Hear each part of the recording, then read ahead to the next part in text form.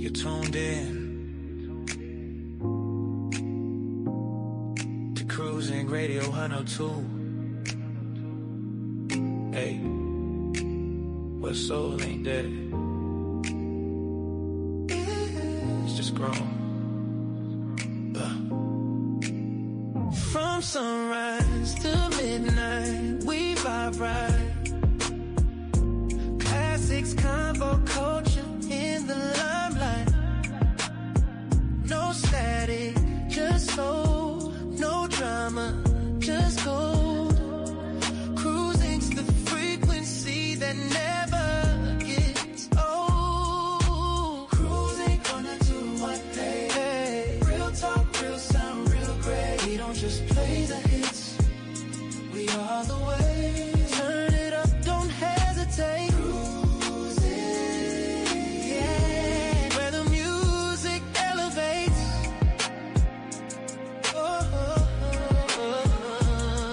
Feel the rhythm, whispers take control. On this journey, let the beats unfold. Final crackle, talk box, breathing life. Timeless grooves, sharp as a knife. Ooh, electric licks cutting through the air. Soulful vibes everywhere. Can you feel the flare? Cruising someone day. Real talk, real sound, real great. We don't just play the hits, we are the way. Turn it up, don't hesitate. Cruising, yeah. Where the music elevates.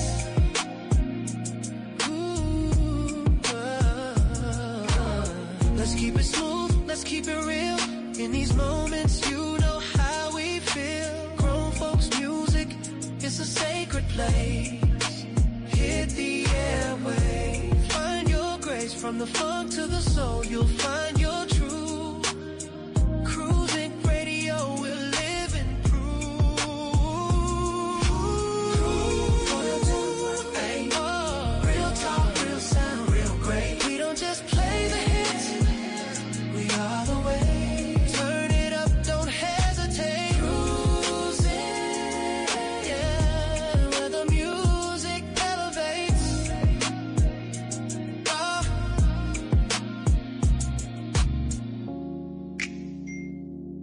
Keep it locked. Keep it tuned to your favorite frequency. It's coming soon. Cruising Radio 102. Hey, where soul meets frequency. All night and day. And good evening, everybody. I'd like to welcome you to this special edition of Cruising Radio 102.8, where I said in the demo there, and again, nicely done for us by Mr. Brian McGaney. This is where the soul meets the frequency. And we want you to know that we are deeply honored that you're here tonight. Hope that you had a great Thursday and you're getting ready for your Friday and for the weekend. It's been a long, long week. It's been a long 3 to 4 weeks, in fact. And I would be remiss in my duty if I did not send our special condolences to the family of Zion and Sadie. Again, we all know the backstory behind that. So, brilliant, bright young man, had a terrific future in front of him, and his 14-year-old daughter just the same. So, again, just a tragic loss for the city. And there are going to be some arrangements that are going to be released soon in terms of their home going. And tonight I have a special guest, and we're going to be talking about an event that they have coming up on Sunday, and I think it's an event that a lot of people need to be in attendance if you don't have anything to do, that's more important than maybe meeting with President Obama or something. You need to be at this meeting. So, my special guest tonight, I've known him probably since, man, 2012. And we'll get into how we met back in 2012. But Juan Cardova Braxton was born and raised in Richmond, Virginia. He has been in the entertainment business since 1998. Juan has managed groups, independent record labels, managed nightclubs, and still is an active DJ. He has operated a real estate management business since 2015. In 2016, Juan started a motivational business to help people from Black and Brown communities develop the needed mindset to be high performance business people. In 2018, he grew this business into a deeper study of human behavior and the link between slavery, systematic racism, and the residual damage of toxic behavior and poor mental health in the Black community. Boy, that's a lot of work, and we're going to talk about that because we're seeing evidence of that each and every day. Juan does this through his new project, Don Motivation Mindset Development Coaching, where he coaches through social media, group and individual sessions, and speaking engagements to empower you to be the best version of you. And I'd like to welcome my brother to the stage, Deacon Don Juan Cardova Braxton. What's going on, Deacon? Hey, brother Cruz, man. Thank you for having me. Thank you for having me. Man, we appreciate you being here tonight. We know you got a lot going on because no grass grows up under your feet at all, my brother. Nah, don't do that. Yeah, we got, one of the things, Don, that, you mentioned back some of your history there. You managed nightclubs, and that's kind of how we met, managing nightclubs together. And, one of the things I was thinking about when I was uh, thinking about how we met, man. We had, Aqua down there, and they had Have a Nice Day. They had, on the backside, you had Crave and what was the other Infusion? No, it wasn't Infusion. Vision, vision. Right. And Yeah, I said, you had little skirmishes and stuff back then, but it's nothing to the what we're seeing right now. And let's walk back before we get into our subject a little bit. What made the difference back then versus what we're seeing now, man? well, we had problems. It wasn't as severe. I think a lot of the social media plays a much bigger part than what people actually understand about human behavior, right? Right. And I think the Shako Bottom presents a very unique issue for the community because Shako Bottom is wide open. You're in the middle of the city, and with social media, in the Black community, one of our biggest violence problems was nobody wants to be punked or Right. looked at scaredy cat. So with social media and being in Shako Bottom, where you got all the lights, all the activity, the wide open streets, the being in the middle of the city, it creates a problem where people really performing. It's really trying to outdo the next person. Yeah, and you're right, man, and it's sad, that because I just think about, like I said, we had our issues down there, but for the most part, man, you can come down there, you have a good time. There was very mixed clientele down there, and it's a place that's still being, and I appreciate what you're doing down there with the other business owners trying to make sure that vibrancy stays down there, and that we don't get to where people are saying, this business needs to move out of here, that business. And I don't think you can just necessarily, in my opinion, just point to one specific business or that business, say, okay, they're bringing in this type of crowd. I think people now just go to where it's popular to go. All right. And I think that's been a change in dynamic. And for me, it's always been a problem. It's just that it's easy to hide behind us. And one point I try to get across now is you use the old paradigm to try to say what the problem is. Like I said, when we were down there, we had Aqua, Vision, Have a Nice Day, and then we had the restaurant Crave around the corner, right? Our capacity could be 3,000 people, just us. Right. Just us ourselves, we may be responsible for 3,000 people being in Shockoe Bottom every Friday and Saturday night. All right. Exactly. You don't have a capacity of 500 people if you took all of the places that are open at night and combined them together. Mm-hmm. There are nights when club owners call me and say, I'm going home. I'm not making no money. Ain't nobody here. And I talk to the police and they busy. Right. Wow. We have to change the paradigm. It's like you said, it's just a popular place to come. It's in the middle of the city. It's been the hangout spot since they closed behind DMV. Right. Exactly. Hang out on Lee Street. People been coming to Shockoe Bottom.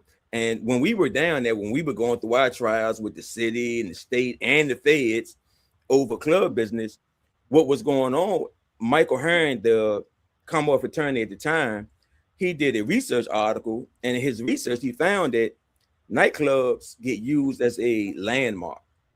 Mm-hmm. So people in the middle of the street drunk, they start fighting. We need backup if Have a Nice Day, it's a fight. Well, Have a Nice Day goes in the report, but when you go to read the report, problem had nothing to do with Have a Nice Day. It didn't have anything to do with Vision. They were landmarks that could often be used.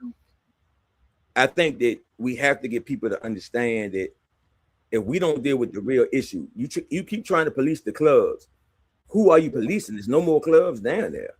There's no high capacity down there, and you have more people down there than when we had 3,000 people in the club. Exactly.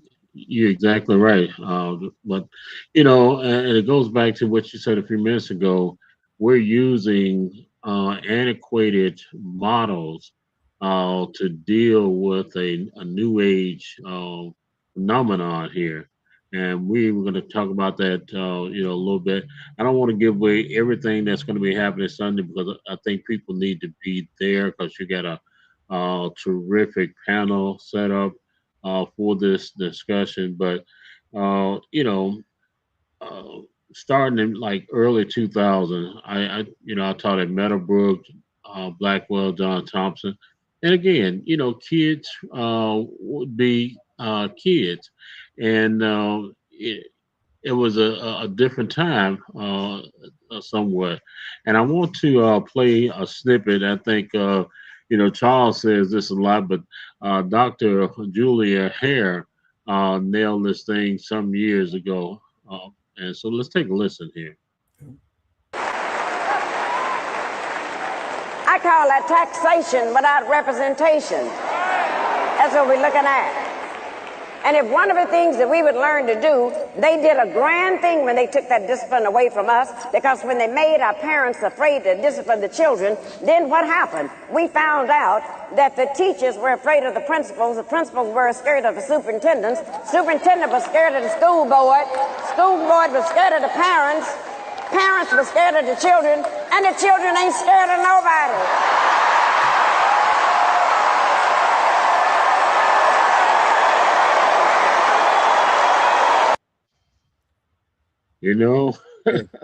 That's definitely one of Willie's favorite sayings, and it's so accurate. It's like it's a total different breed. I often point back to COVID as maybe being like a turning point. Even with stuff in Shockoe Bottom, it's like these kids don't know nothing about going out. They came of age during COVID. They came of age when the whole world was shut down, and I think that shut down, the kids being at home, and you send them back to school, man, it's something different, and it's scary because where does it go next? That's my concern. Where does it go next? Because it's becoming a thing of, if these kids don't fear anything or anybody, how do you reach them? Right. How can you guide them? Because you got OGs, like it's OGs. I know it's like serious street cats, serious put in work, and they don't like. I don't deal with them dudes, you know. Yeah, And man. yeah, And one, as you know, I'm out here, as a chaplain. I'm going to the different scenes. I'm going to the resets, and I remember I was over in I think it was like Wickham, and we had just had some stuff to pop off over there, and of course, it was a group sitting at a bus stop. And so, I'm gonna walk through there, and I told the officers that I said, y'all stay back, because if they see, all of us coming over there, they're going it's not gonna go well. And so the first thing I did was, you got to show these cats, find a way to connect with them. So I showed them some respect. So, yo, this is who I am, yada yada yada. This is what I used to do and stuff like that. Hey, let me holler at you for a minute. And that kind of eased that tension, man. And I think I heard see the young man that deals with the basketball league. I think Paul, what is his name? That does the nighttime basketball. hospice. Yeah, Yeah, you I know, think it's called something. Yeah, Paul Taylor, I believe, if I'm not mistaken. He said a lot of times what we do, and one, and give me your opinion, and we're gonna go back to what Miss Dr. Harris said. We're so busy talking to them, but we're not listening to them. And I think perhaps part of the thing is we're gonna turn them off because we wanna, just come beat them up, and we ain't heard nothing about their situation. We don't know nothing about them. Do you think that we, like I said, we got to give a different approach? We got to get them a part of the solution rather than trying to force feed them a solution. right. I think a saying you often hear is we try to parent our children for the world that we grew up in, and that's not the world they growing up in. I think a lot of parents, or adults or mentors or whatever, they kind of look at the world we grew up in and trying to force kids to fit that, and it won't fit. It won't fit. We did not grow up with social media. We were grown when social media hit. Right. They grew up with it. So we always had to deal with the bully. Every generation had to deal with the bully, right? Dealing with the bully ain't the same thing, because you could stand up to the bully smack you around, stood up to him, people respected you for standing up to him, and it went away. You took your butt whipping, come back to school tomorrow, you get respect for people for standing up to the bully. Right. With social media, you got all these cameras going, and then you got all these people laughing and making fun of you because you got smacked around by somebody, and it goes viral, and you never get to escape that. No matter where you go, you the boy that got beat up, you the boy that got put in the trash can, you the boy that these things happen to. So trying to say stand up to the bully and be a man, we have to listen to them and what that's like, because it's different than what we went through. There's Right. different things going on in society right now that changes that whole outlook. It's not the same. And if we keep looking at it the same, they're gonna keep doing what they're doing, which is separating from any guidance or leadership, because they be like, you don't know. We did it, Right. and we Exactly. did it, and life didn't change as rapid. The world has changed more in the last 26 years than it has in the last 2,000 years. And you're right. And again, we can contribute, like I said, in the 90s, the internet was just coming into play. People were just now getting, into using the internet. And then we had, some of the little sites that everybody was going to. And so it still wasn't as, we didn't have the camera phones now. I think the camera phones changed that dynamics of things as well, because everything everybody does, they breaking out the phones and they recording it. They recording it. It used to be just a video. Now they recording it live. And you're right. Uh, I just saw something yesterday. A mother and a son, in a beef with some people. I think the young lady was about 16 years old, man, and she actually she One, you probably saw this where she all up in the mother's face. You know, she wasn't backing down. Yeah, because it's different now, right? Because what happens is that the camera's on. Well, who does things in front of a camera? An actor, a performer. And we turn society into this huge performance, right? And we all do it, right? Right. Because it can be for business. I'm going to perform. I'm a business person. I have to perform in front of this camera a certain way to promote my business, to promote the church, to promote these events. I have to perform. Well, what if the life that you're in is poverty? The life that you're in is drugs. The life that you're in is wrapped in violence and hypersexuality, right? When the camera comes on, you're going to perform that. And a performance is always about one upping the next person. So I fought you, next person. Oh, I'll fight your mama. I'll fight your daddy because I'm there. So it's always this constant negative competition, and it all goes back to, like you said, them camera phones.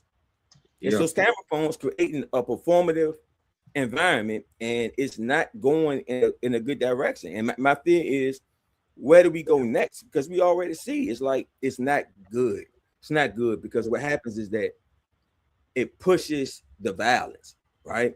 Mm-hmm. Because I can no longer take that L like a man, right? Because the world is expecting for me to perform. And the thing that drives me crazy is we sit here and watch actors and musicians go crazy. They get tired of having to perform. They get tired of always having to be in front of the cameras and people asking them questions and doing all these things. Like, they hate it. Right. And we're sitting up here ruining our lives trying to mimic something that the people we mimicking don't even like. The question is, again, that you just indicated, we've opened up a Pandora's box. Oh, yeah. And when you open up a Pandora's box, when everything comes out, that question that you ask is, how do we get it back in now? How do we turn a generation around that we basically, like say, we lost in COVID because they were shut down, or they were just coming of age and growing in, probably 14, 15 years old, some of them probably younger than that. And then we put in and I know I'm probably gonna get in some trouble about this, but I always say the music changed. Juan, you're a DJ. You know how this music has changed in terms of where, man, when y'all were mixing and you all had music, it wasn't all about calling women out their names. It wasn't about I got to get my switch, I got to get my strap, I got that kind of stuff, man. As the Bible tells us, our ears are the windows to our souls, our eyes are the windows to our souls. So if we're constantly hearing what was in Pandora's box, and a lot of it, that music, that's drill music, to me, this is just my opinion, is infiltrating some of the young minds that don't know the difference between, oh, this is a song, these guys really don't live that life that much, and reality. Well, I agree. I totally agree. Because what happens is that music is always the thing to life, right? So during civil rights, you had Sam Cooke and Stevie Wonder. They provided that soundtrack. Mm-hmm. When hip hop first got started, hip hop was positive. Then we start telling tales about what's going on in the hood, right? Right. And then we read that I think society had to deal with, and you know how society always deals with our people and our culture, right? We reached a peak where the hustle of our people recognized we can do well in this industry if we become owners. So you had Bad Boy, Rockefeller, No Limit, Cash Money, Terror Squad. You had all of these groups coming to ownership, and they were telling the tale of how they went from the streets to business people, right? Right. it was a slippery slope, and we have to understand that we can't keep standing on slippery slopes and think we never gonna slide down and fall, right? You're right. Right now, the music has done that because the industry took back that ownership. We don't have the same amount of owners that we had in the mid to late 90s. In the mid to late 90s, we really took a wealth jump. We really became a thing. Like I know for myself, hip hop afforded me life. Like I didn't have to go to corporate America or typical corporate America to get a job. It's like, no, I can manage bands, I can do clubs, I can do all these things because those people made that possible. Right. But when they cut it off, what they cut off was they took control of it, which takes control of the message. And it's a slippery slope when you have a Jay-Z saying, I'm gonna turn a rock to a key to the ROC. Right. And somebody being inspired by, hey, I'm gonna take this money in the street and invest it. So when I get out, I'm out. Right. So I think our generation saw that as inspiration. But as the music shifted, it started to be all about the drugs. Like it's no upside to the story. It's no longer that turn a rock to a key. It's like, no, we just gonna keep messing with these rocks. Now to the point it's like we smoke the rocks ourselves. And I'm like, where was that cool at? Right. You know, but it shifted with the ownership. When the ownership shifted, we lost control of our story, and that story was already a slippery slope because we were talking about the ills of what was going on, but we were saying navigate through it. Let's get to the other side. There is a other side of that, and right now it's hopeless. It's kill you, kill me. Like people say it, like we got beef. Well, let's go outside and kill each other. Let's die. That's it. Yeah. Yeah. Like what is that? You know, and like I said, you grew up in the streets of Richmond. I grew up in the streets of Memphis. You know, our hustle back then was totally different. Like I said, it had an end to the means. Even though we're not glorifying, we're not saying it was right, but our motivation was different. You know, the motivation now, man, it has no rhyme, no reason whatsoever, other than I'm gonna get some creds because I made old boy leak, or I took out this person, I took out that person. I just one I wish I had downloaded, man. It's a nice video that's out now, and these three guys. I'm gonna say it's nice, but it makes sense. You got three guys that are currently doing time, and between all three of them, I think they're doing like 712 years. And they talking to the young cats out here saying, look, one guy said I'm doing 167. Another guy like he was doing 80 something. Another guy was doing like 50. He said it's real. We doing 712 years. So y'all getting out here, you got your switches, and you got your man, they got so much stuff out here that is even crazy.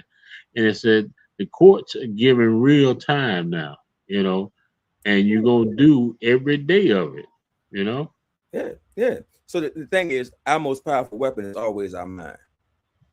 It's always our mind. And I think that's what shifted.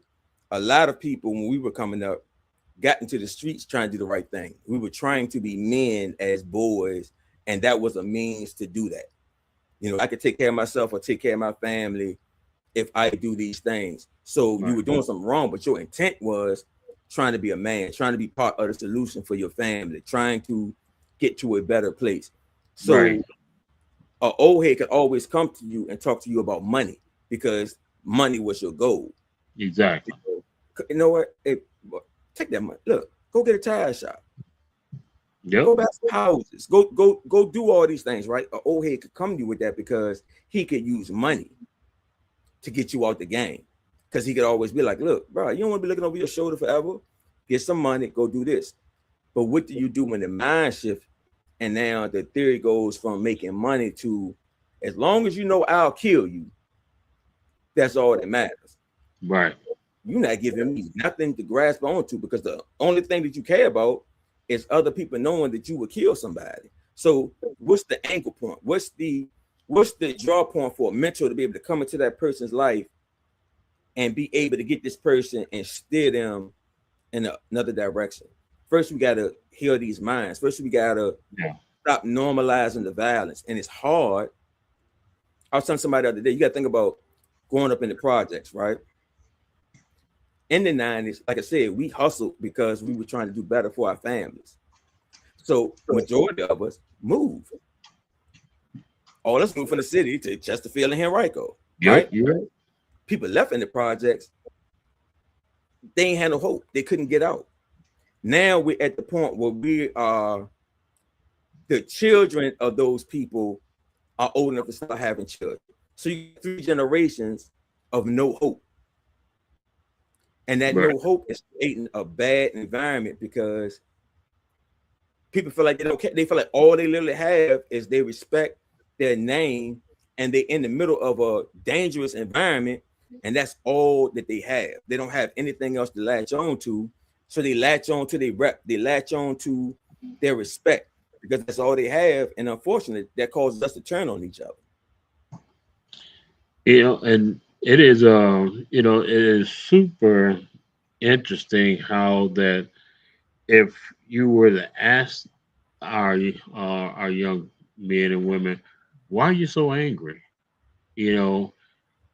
It would be, I think, worth listening, and they probably won't. I don't know if they can really tell us why they're so angry, or they just know, like I said, I'm caught up in down here in this housing development.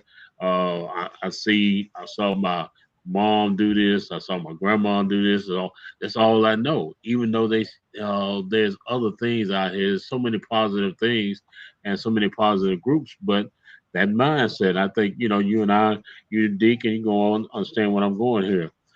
I I and this is a hard concept because if you're not, Paul said, they that are spiritual seek out the things that are spiritual, they that are carnal look to the things that are carnal. Paul gave us a roadmap. He said, unless we change the mindset, what you just said, you know, we were transformed by the renewing of our minds.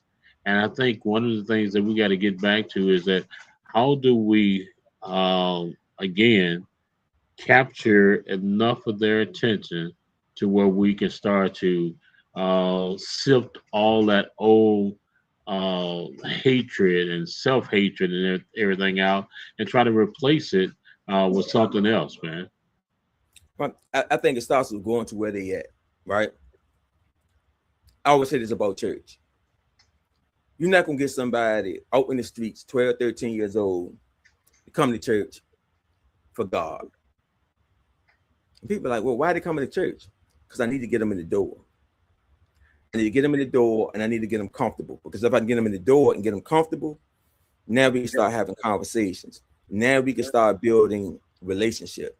I know in my own personal journey, I wasn't going to Trinity every day when I was 12, 13 because I thought Jesus was the greatest thing in the world. I was going because I knew all the Highland Springs and Highland Park girls was going to be over there. Right.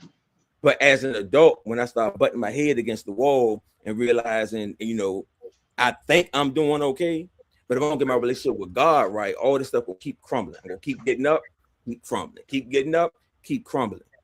I knew where to go because I had that foundation. I had that relationship. So we can't keep expecting for them to come through the door ready-made. We have to accept that we've let these kids get broken.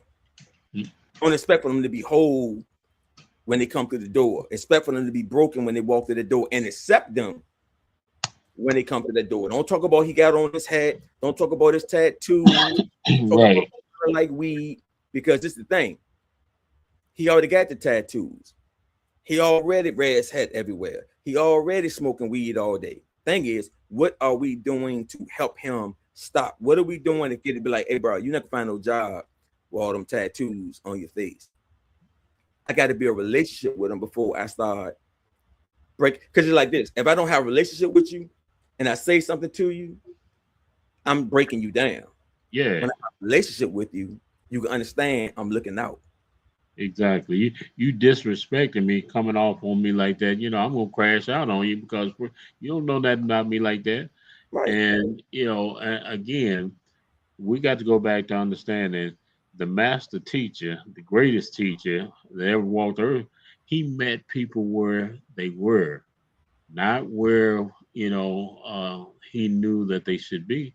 And that's what we got to get back to. If we call ourselves believers, then we have to use the master plan. And the master Right. plan was when he met the woman at the well, he didn't start going in on her about what you know what you're doing, this, that, and the other.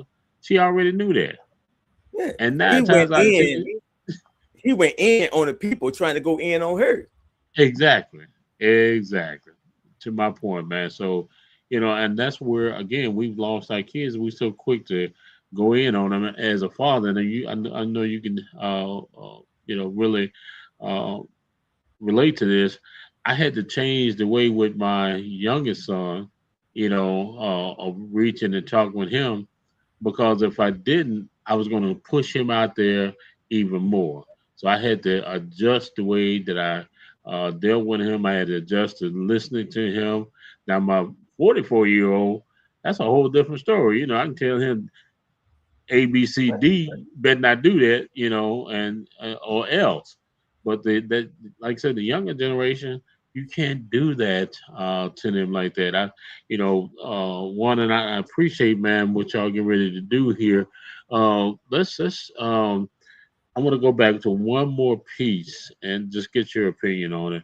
Dr. O'Hare said the courts took away the powers of the parents Hmm.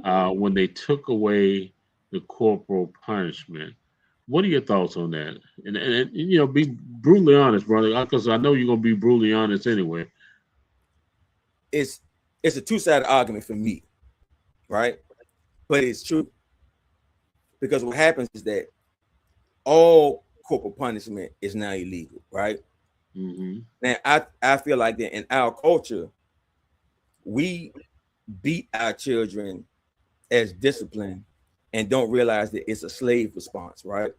Hmm. We don't realize that 200 years ago, you being disobedient could cause your whole family their lives. So when I correct you, I'm correcting you with that type of pressure behind me correcting you. Master can't see you doing this, or he's going to kill you, or he's going to trade you to somebody else, right? That was the severity. We don't have that severity, but we still had a discipline lesson, right? So we Right, don't need to beat our kids the way that we beat them. The problem is the court has made it so you can't touch them at all, and you can't spoil the rod. They need spanking sometimes. We just right, have to stop taking out our anger. Like a spanking should not be an angry thing. exactly. Because what happens, we don't understand. When you spank a child with anger, the child is picking up on your anger. They're not picking up on the lesson. When you spank a child and you're calm, they immediately have to start thinking, how do we get here? What did I do wrong? What do I need to do different next time? Because you don't have any other emotion for them to pick up on. But we can't keep taking our adult anger and frustrations out on children because that's why toxic behaviors are increasing the way they are, right? Because one toxic parent that has over disciplines, gets drunk and want to beat on the kids and all that, right? Well, all of their kids have to react to that, which they're probably gonna pick up some toxic habits just to survive toxic parent. Excuse So me, that I'm one sorry. toxic parent, say that may have 4 kids. So it's Right, went to 4. And then them 4 kids, it's gonna keep multiplying. And we really at the point now that communication, articulation, like you said earlier, we don't even know if these kids can articulate to us how they feel hmm, because they don't have that. I really think that not only the courts taking corporate punishment away, but the system taking the man out the house, we have a very it's an ugly situation, right? Because I tell people this all the time. People often take it wrong, but I need people to understand this. A woman is a nurturer by nature, right? right, right, If I have to nurture you in a super violent environment, I'm always going to teach you. If they hit you, hit them back. They hit you hmm, again, pick up a stick. They pick up a stick, you pick up a knife. They pick up a knife, you pick up a gun. Because I'm a nurturer. My job is to make sure that you are always okay. You always are all right. You can always come back. So a good woman, a woman who's in her true feminine state and a nurturer, will make a valid man. Not because she's a bad person, because she's a nurturer. Right. A man, and I tell people this all the time. I've never heard somebody in our generation say that their father told them they had to win the fight. We were told you had to stand up for yourself. Exactly. You got to fight that bully. The bully go take your lunch money again tomorrow.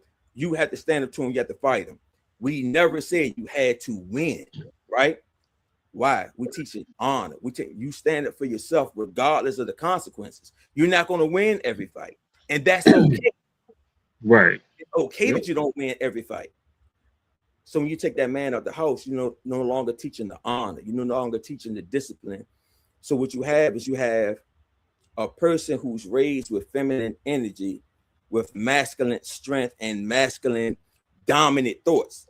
Like we think dominant. We respect each other as men more than women respect each other, because men know we're dominant. And if I speak to you some kind of way, I already know where that's going. So I'm not going to talk to you some kind of way unless I'm trying to go there. Right. But you start to see that change in these younger generations because they're being raised in these feminine environments, but they still men. They still men. They still have these masculine feelings, but they don't have a man to help them navigate that. So like you said, you can ask them why they mad. They can't express it, but they highly emotional, don't know how to express themselves, and they lose in that lesson of honor. I think that lesson of honor, respect, and discipline is very important. I love I think it was John Singletary when the part with John Witherspoon and Ice Cube, and he was fighting oh boy, and Ice Cube, of course, grabbed the gun, and his dad, told him, "Look, son, use your fist. You're not gonna win all of them, but if you use your fist, it's whether you lose or draw, you win. Right. What was the thing? Be a man. Right. Exactly. Be a man. Be a man. And I use that scene from Friday almost every time I talk about kids, because it's the perfect example. The mother won't do nothing wrong. She needed for her baby to be okay. Exactly. She needed her baby was standing up for the community, but I need my baby to be okay. Right. All that you being the hero and all that don't matter to me. That's my baby. He got to be okay. Take this gun and make sure that you're okay.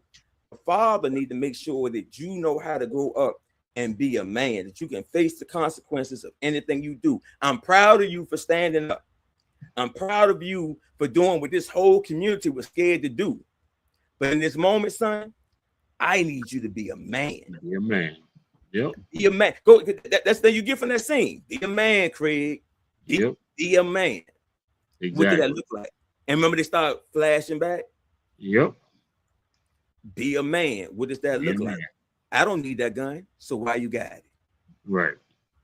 There you go. That's a lesson for us to learn. It's like the men in our life never said we had to win. The men in our life always told us to stand up for what's right. Whatever consequences come. And I can tell you this as a short man. I have Napoleon complex. I know every fight I've gotten into probably has something to do with me being short.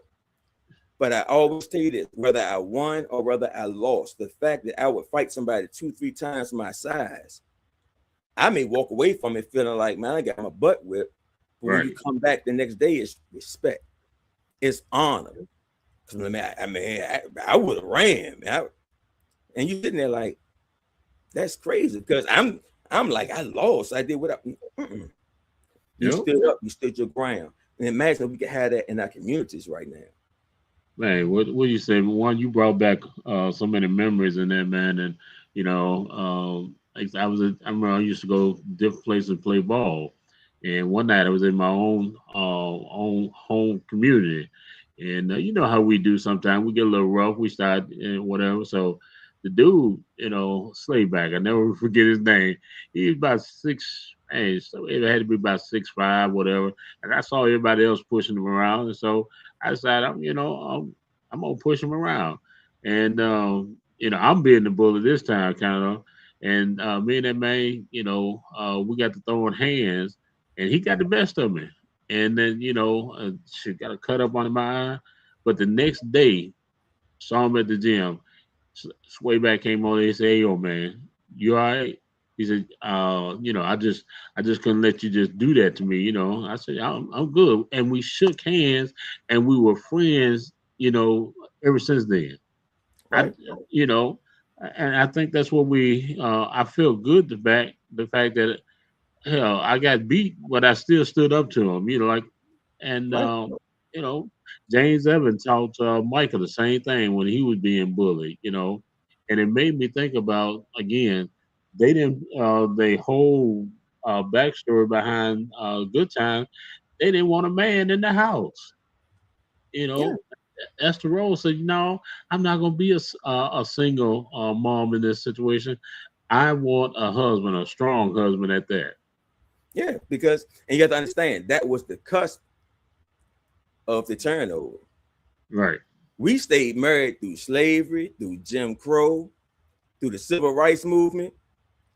Man, the 70s to the 80s, and by the 90s, it was the norm. Right.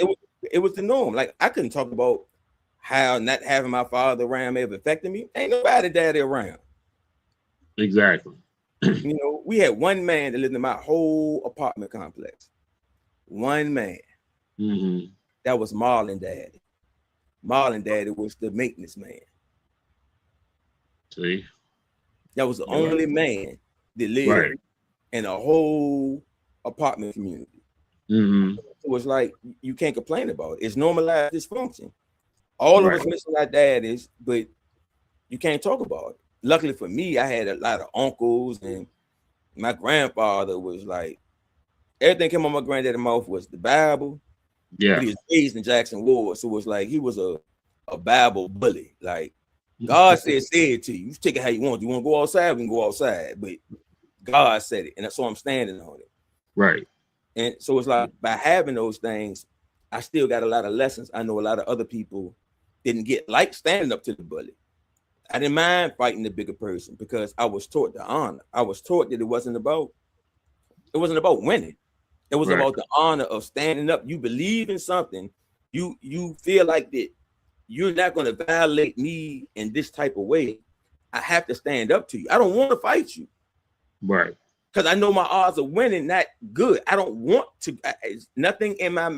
I don't want to go there, but I can't let you take me backwards. That comes from the influence.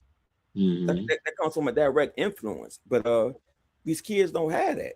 And one thing you touched on, I think that these kids really missed is you saw the guy that you got to tussling with at the gym, and he walked over to you and shook your hand.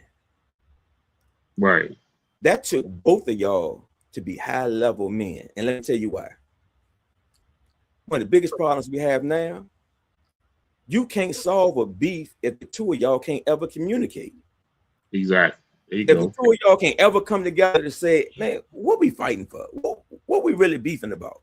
Because I'm scared of your reaction. I'm scared of whatever. If you're a man and you really standing on the Judas gangster, I'm 10 toes down.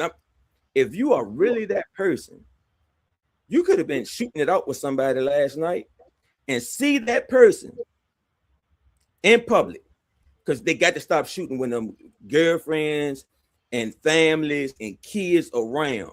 You got to stop doing that. You could walk over to the man while he with his family, be like, bro, let me talk to you over here on the side.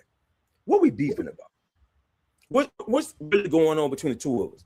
And a lot of times when that happens, you be like, it'll go back to one of their homeboys, then like somebody picture on Instagram, and they Right. got fighting. Now it grew to this thing with a whole part of town beefing with another part of town over some foolishness that we can squash it if we can have a conversation to see how petty it is.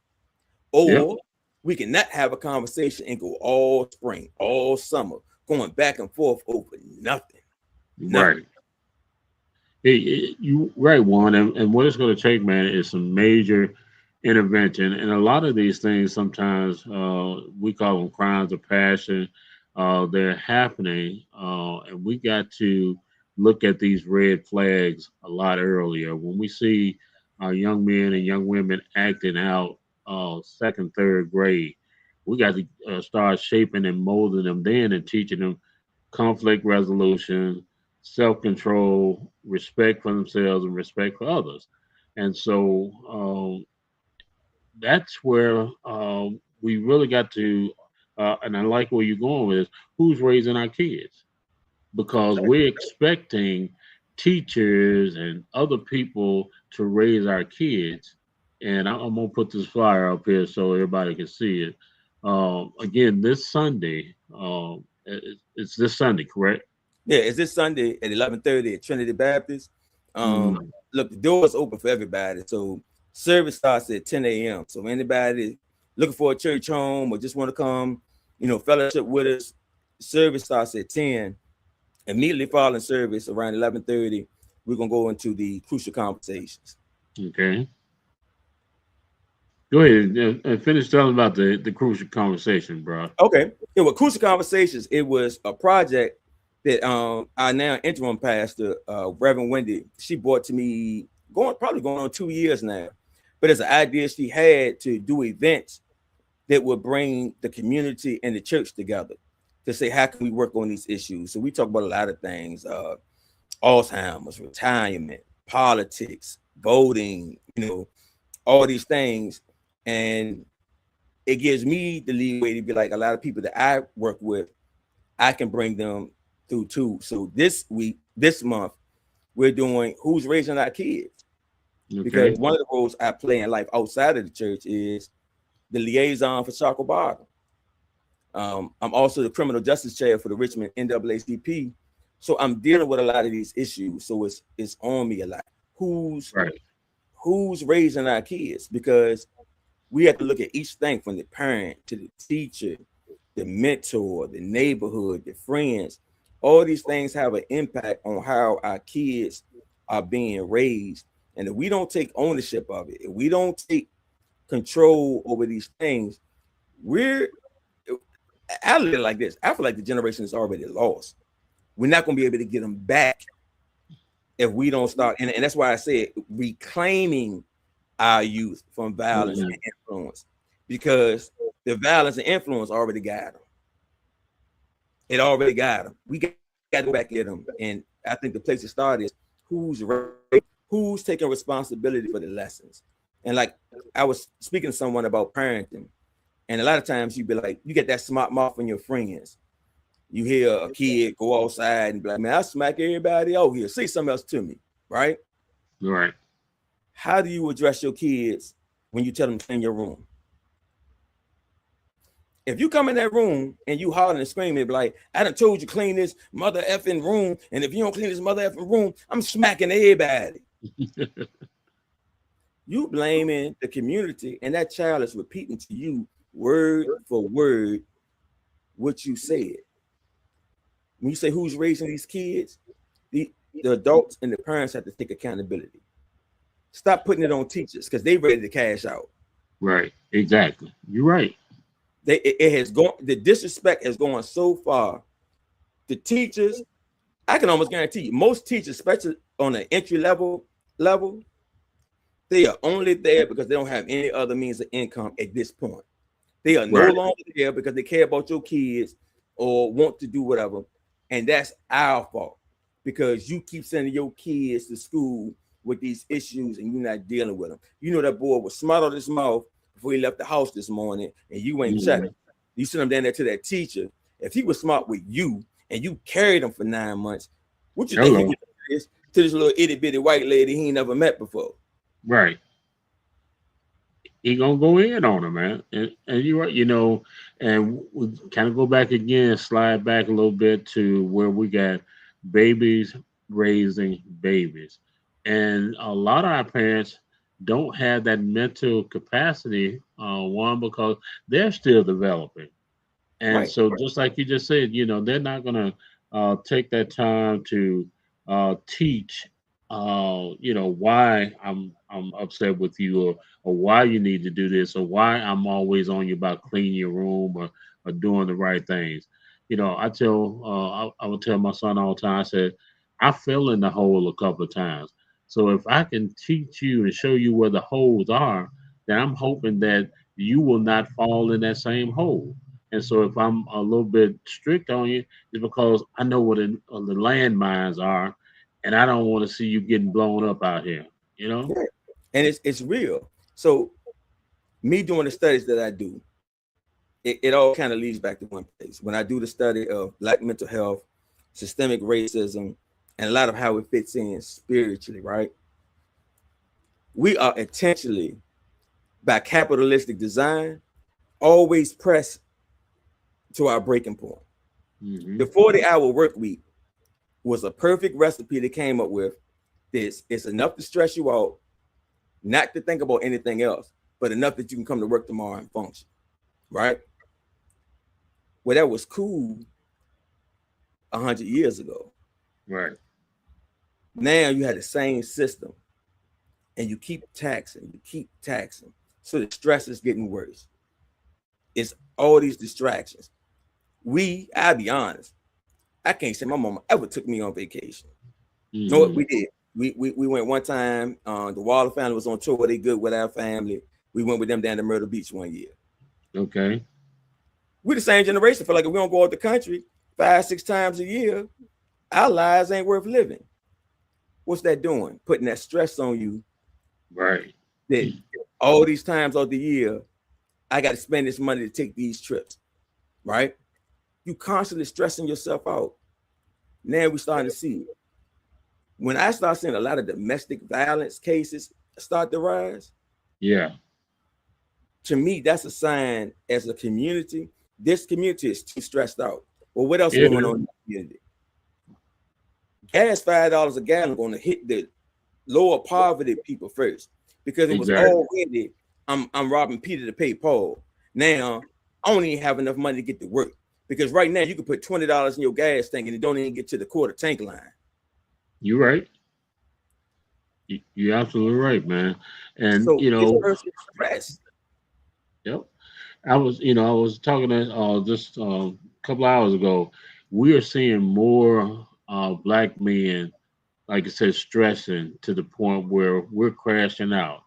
And again, it's hurting the family dynamics, because we coming home, we mad already, we stressed already, we kicking the dog, we don't want to be dealing with anybody, and then we go right back out here. We got to deal with this pressure cooker situation at work, because you're dealing with all that drama, and then they want more and more out of you, and sooner or later. And I'm not. This is no excuse for behavior, putting your hands on somebody, or like some of the stuff we've seen. But men, we got to have an outlet where we can talk about the stuff that's going on inside of us without being judged. Men have to do a better job of being present for other men. Right. A woman can have, let's take one couple, right? One couple, man and a woman. They had a bad night, they arguing, they fussing, and man say, I'm going to stay in my boy house tonight. I can't take it no more. That woman, the next morning, get on the phone, call one of her girls. Girl, we were arguing all night. I don't know what I'm going to do. He said, talk about leaving, blah, blah, blah. By the time they get off, it went from her calling this one girl to 10 of them show up to happy hour. When they get to happy hour, one of them going to take her to get her nails done on Friday. Another one going to come take the kids for the weekend so she can have some privacy. One going to take her to DC for the weekend so they can get away and blow some steam. One of them going to put a little bread in her pocket so she ain't got to worry about old boy being gone. Right? Yeah. You're right. One phone call. Exactly. And all of this support shows up for the same situation, and they keep it going with each other. Same relationship.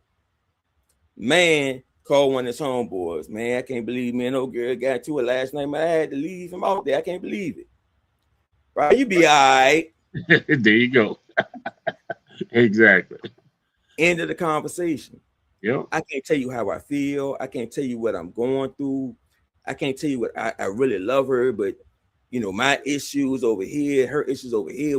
But women allow each other the space to do all of that. They can say Hey, the embarrassing thing. They can say, "Girl, I know you told me don't give him none, but you looking good. Girl, I can't right. believe I did it again. We ain't doing that. We ain't Yeah. doing that. Did you send that girl some money? No, I ain't sending no money. Then why you called me last night and asked about some gas money? Got the Right. gas money. Exactly. We feel like we can't say it, but it's how we program from kids. Yep. Because I take the same theory. Take two kids on Thanksgiving in a black family, right? A little girl walk past the dining room table, hit her shoulder a little bit on the corner of the table. Everybody in the house, oh baby girl, you all right? You okay? Somebody walk over and play the big uncle and smack on the table. Bad table, bad table. Don't touch my Right. niece no more. All these things to tell her if you're hurt, we all are here to support you. Same house, same family. Little boy fall down a full flight of steps, teeth flying out his mouth bleeding. He half dizzy, and everybody in the house tell him he better not cry. Yep. Man up. Man up. Man up. Boys don't cry. I'm a grown man, and I know I ain't no sucker or nothing. I fall down some steps and bust some teeth, but you gotta give me a minute because I'm probably gonna be crying. Yeah. But we don't allow that. We program our men not to be able to express their emotions. And when they get into these volatile situations, we expect for them to call and ask for help. And Right. it doesn't justify their actions, but it has to give us a blueprint of where we need to do the work at. Because, when we start having this uptick of that, look at what they're going through. Like I Yeah. said, the whole, lieutenant governor thing, it was sad to me because I'm suffering for both sides. Right. Exactly. I'm suffering because it's sad on both sides. It's easy to look and villainize him, right? Take a look at the past 3 years of his life. This man has publicly been humiliated, publicly lost all his position, publicly lost all his money, publicly lost his wife. Bruh, it's like it's no excuse for what he did. Right. But when you look at it from a human standpoint, that man was on nothing, on zero, on fumes. So my thing is, I don't want to justify his actions. I want to get out here and look at these other brothers out here so I can try to catch him. Right. Because we already see what's happening. We already see the results. Yeah. Right. So let's get to this next one. Let's not sleep on it next time. The next time a brother tell you, be like, bro, I can't take no more. Come over here and talk to me. What you got going on? Yeah. Let's, let me turn off this TV or, whatever I'm doing, and you're right. One, we don't take, I call it, we take surface time. We take superficial time with each other. Right. We just kind of glaze over. If you call me, Cruz, man, I really, I've been thinking, man, my thoughts ain't right. I think, you know what, Juan, man, I tell you what, and I'll holler back at you tomorrow, man. I got you. We can go. Tomorrow might be too late. Right. No, you got, like I said with the women. Yeah. When they call, bro, no, today. Yep. We getting there. We were gonna show up for her and let her know we got you.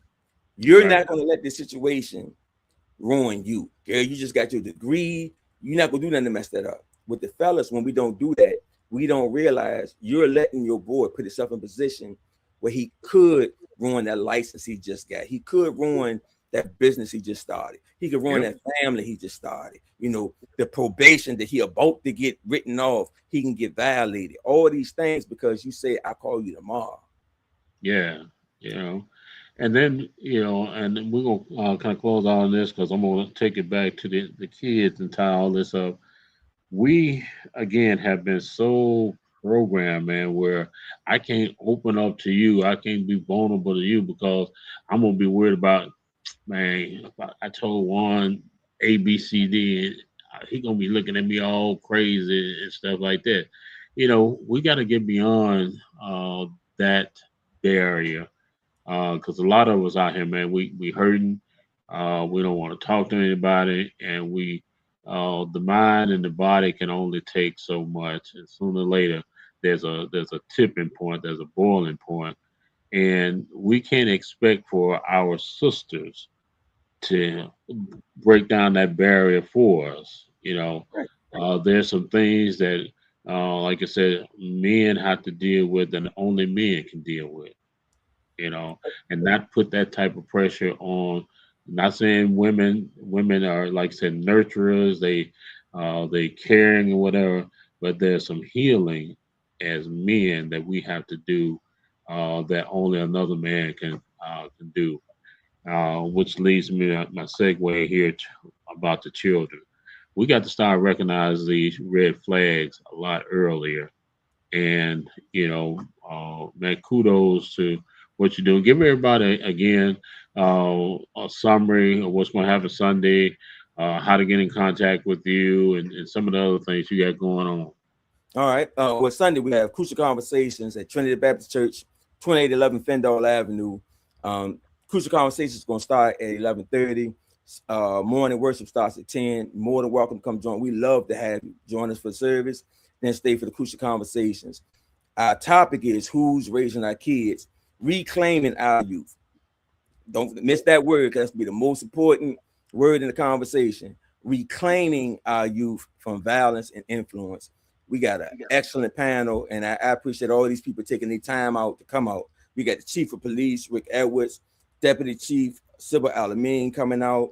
We got Ellery Lundy from Broken Man Foundation. They doing some great work, work, and very critical in our market and touching these kids in the way that we need these kids to be touched.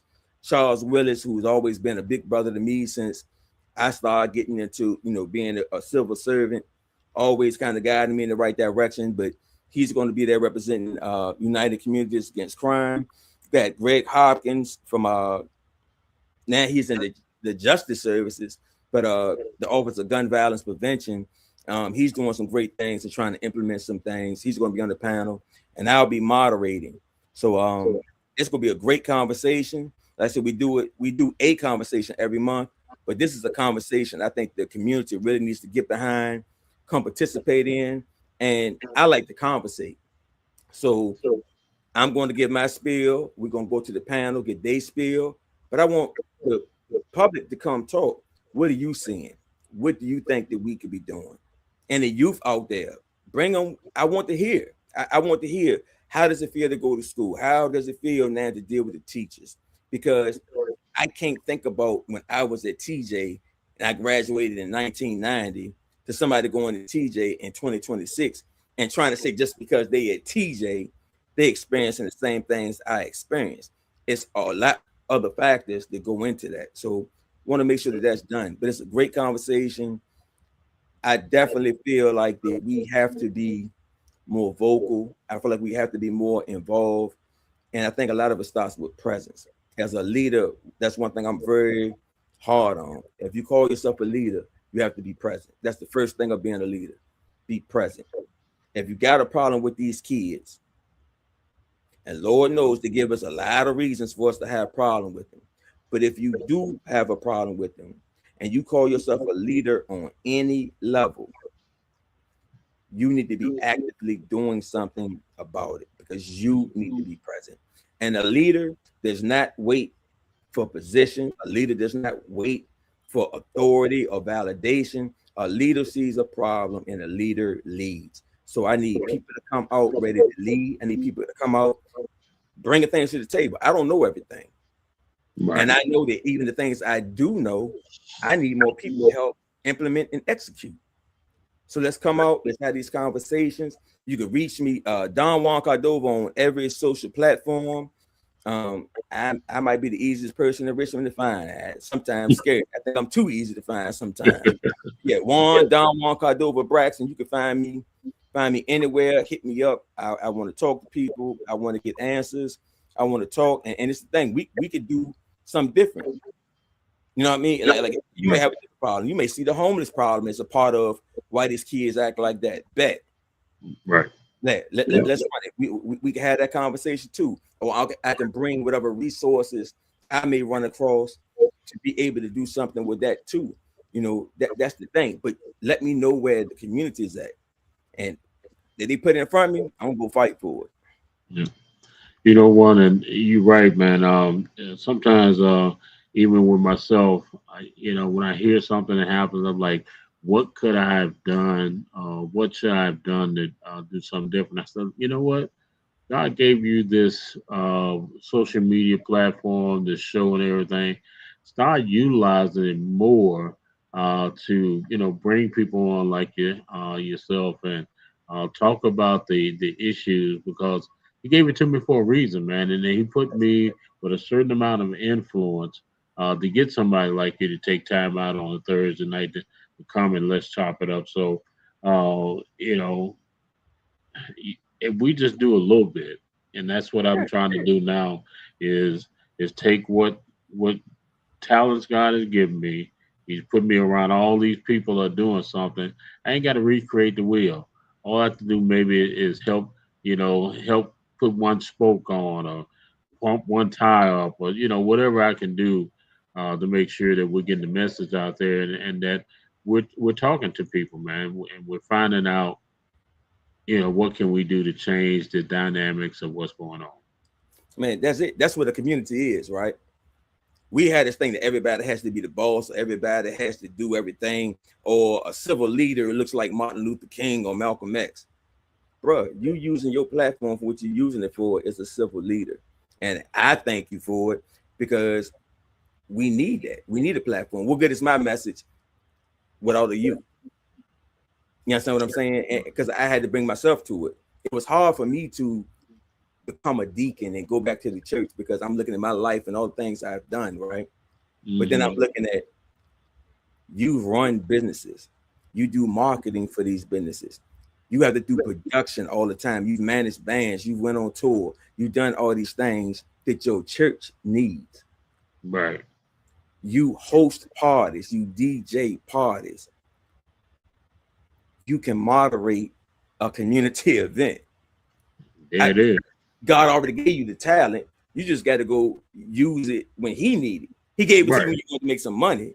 Now you got to go use it when He needs it. So absolutely keep doing your God work because it inspires me to keep doing mine. And hopefully we can inspire some more brothers. And next time we have this conversation, it's a group of us at the table bringing our God talents to the table. Absolutely, man. And I'm going to be, reaching out and again expanding the platform here because we can get 10 brothers or 10 sisters, whatever the mix is. We can get 10 people online here and and talk about it. That way, somebody might say, "Well, I can't be here or there." Well, we're here together. We've had a great conversation. So we're gonna try to remove all the barriers. But one, that's what I'm thinking in my mind, man. We remove the barriers so that we can start to tear down the wall. That's it. That's it. I appreciate you, my brother. Any closing words, any shout outs that you want to do before we get up out of here? Man, before we get out, I got to shout out the Richmond NAACP. I got to shout out the Black Leadership Council. Special thank you to everybody that's going to be on the panel this Sunday. Shout out to the people in Shockoe Bottom. We going to turn this boat around. Had to shout out my Trinity Baptist Church family because without them, I wouldn't have this location and platform to do what I'm doing. And thank you to you, Cruz. I appreciate that. Man. Appreciate you taking time out. And I'm gonna get, I don't have an excuse Sunday, and it's 11:30, so just to come and again hear what everybody is saying and to be able to be a part of that fellowship, man. I'm gonna get on up one. I'm saying it publicly, so that way I'm putting it out here. Somebody said, you said that on TV, right? You said that. And by the way, if anybody missed this, they can always go to our YouTube, which is Cruz Radio 102.8 TV on YouTube, and they can see the entire broadcast tonight. So let's support each other. Support Juan and Don Motivations, all the wonderful things you're doing. we got to start helping each other, and that's the only way we're gonna start to turn things around.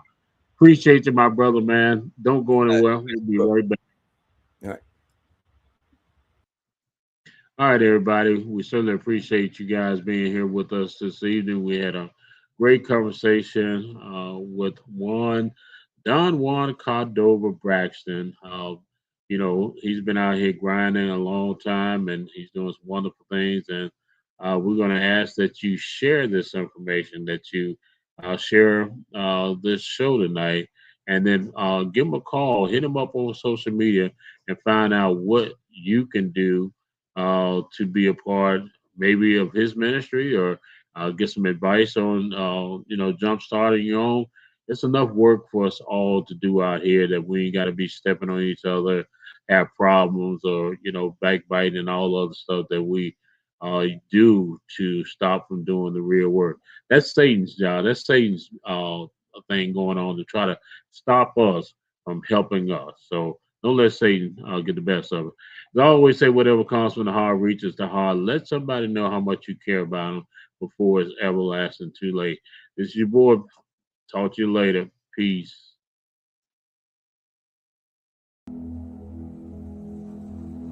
The first thing that you need to do is to make sure you get yourself to as safe place as you can. Find yourself a competent attorney who practices in personal injury and will understand some of the things that you're going through. And as I tell people, for 33 years I've been doing this. I've had my own accident. So I would like to be one of those individuals that they would interview so I can at least try to find out how I can best help them myself.